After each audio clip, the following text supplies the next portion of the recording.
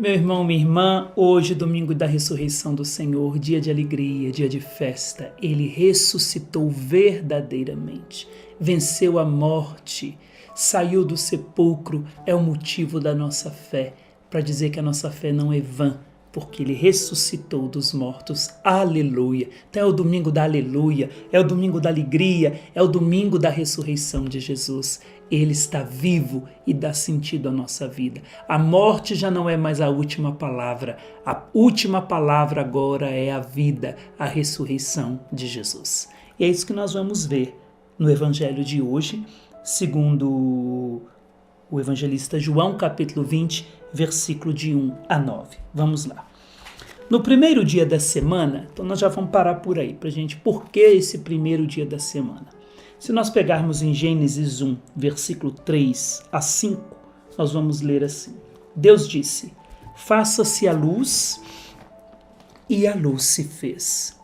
Deus viu que a luz era boa. Deus separou a luz das trevas. A luz Deus chamou dia, e as trevas chamou noite. Houve uma tarde e uma manhã, o primeiro dia. Ou seja, significa dia único. Na Sagrada Escritura não é apenas o primeiro dia, primeiro, segundo, terceiro, não. Dia dia único, da mesma forma que Deus é um, é o dia único. E o que aconteceu nesse dia dia único, segundo o livro do Gênesis? Foi o dia da nova, ou seja, é o dia que Deus separou as trevas da luz. Então por que Jesus quer, por que o Evangelho faz questão de dizer que era o primeiro dia da semana? Para dizer que era o dia o dia único. Da mesma forma que lá no livro do Gênesis foi quando começou a criação, o dia único, o dia começou a criação, aqui vai dizer que era o primeiro dia da semana para dizer que começa-se então a nova criação. Na antiga criação, a primeira, Deus separou as trevas da luz. Na segunda, na nova criação, Deus separa a morte da vida. Uma coisa separada da outra. Trevas para um lado, luz para o outro. Vida para um lado, morte para o outro. O novo começo do universo. Dia único, Deus separa a luz das trevas. Novo primeiro dia da semana, dia único para nós. Então, nesse domingo, nós podemos proclamar, você pode proclamar, eu também posso, que é um dia único na nossa vida. É o dia em que Deus está separando da nossa vida as trevas da luz, a morte da vida. E o Evangelho continua dizendo, Maria Madalena foi ao túmulo de Jesus.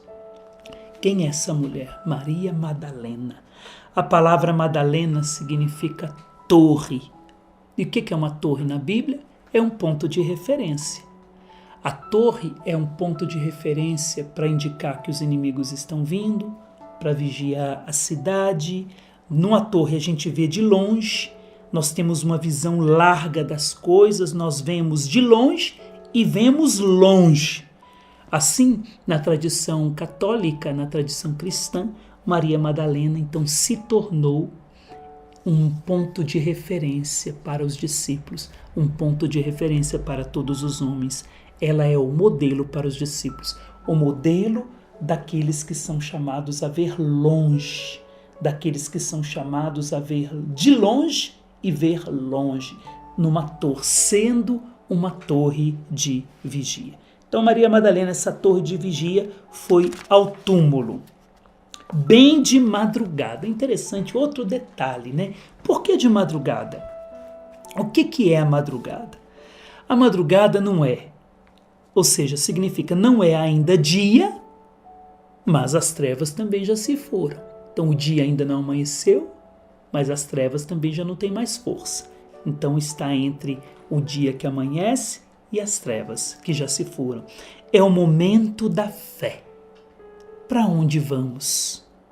Para as trevas ou para a luz? Ou seja, a madrugada é um momento decisivo.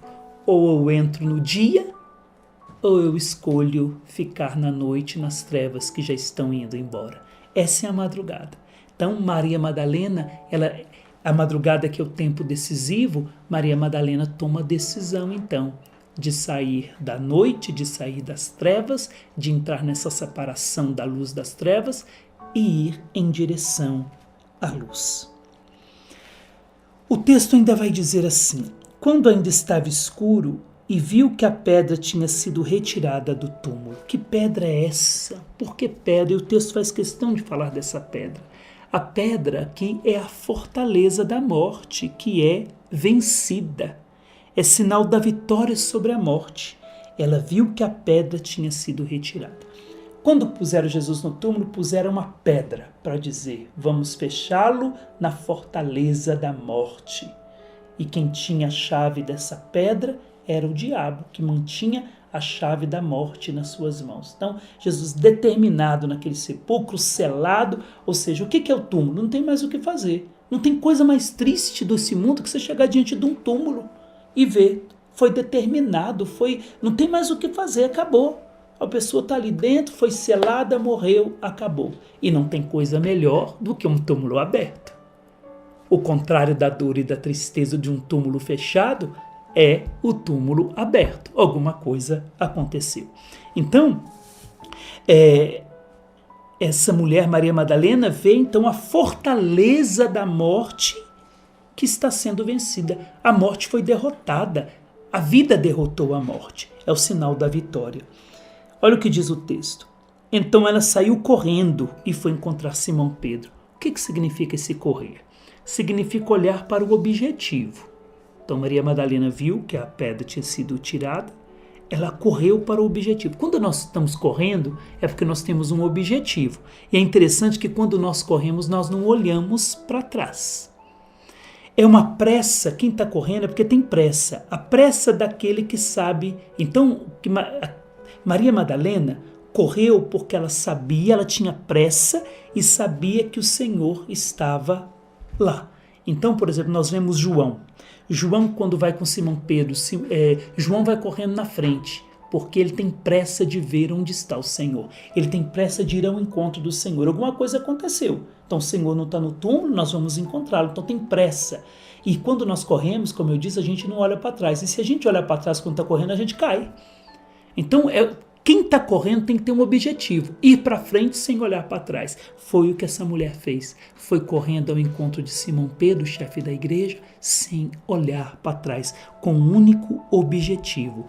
O objetivo de ver o que estava acontecendo e de anunciar. Olha, vai dizer, então ela saiu correndo e foi ao encontro de Simão Pedro e o outro discípulo, aquele que Jesus amava, e disse: tiraram o Senhor do túmulo e não sabemos onde o colocaram. Pois nós vamos ver uma corrida contrária, uma corrida até o túmulo, que é Simão e João que vai correndo aí. Então, nesse evangelho, nós podemos ver alguns sinais da ressurreição. Nós vemos o primeiro sinal, a pedra que foi tirada, a fortaleza da morte que rolou. Nós vemos as faixas, nós podemos ver depois que eles entram, vai dizer, olha, entrou também outro discípulo. Versículo 6. Chegou também Simão Pedro, que vinha correndo atrás, e entrou no túmulo. Viu as faixas de linho deitadas no chão. Então nós vemos as faixas no chão. E por que é um sinal da ressurreição? Se nós pegarmos o evangelho de João, vamos pegar que é interessante para a gente compreender melhor. João 11.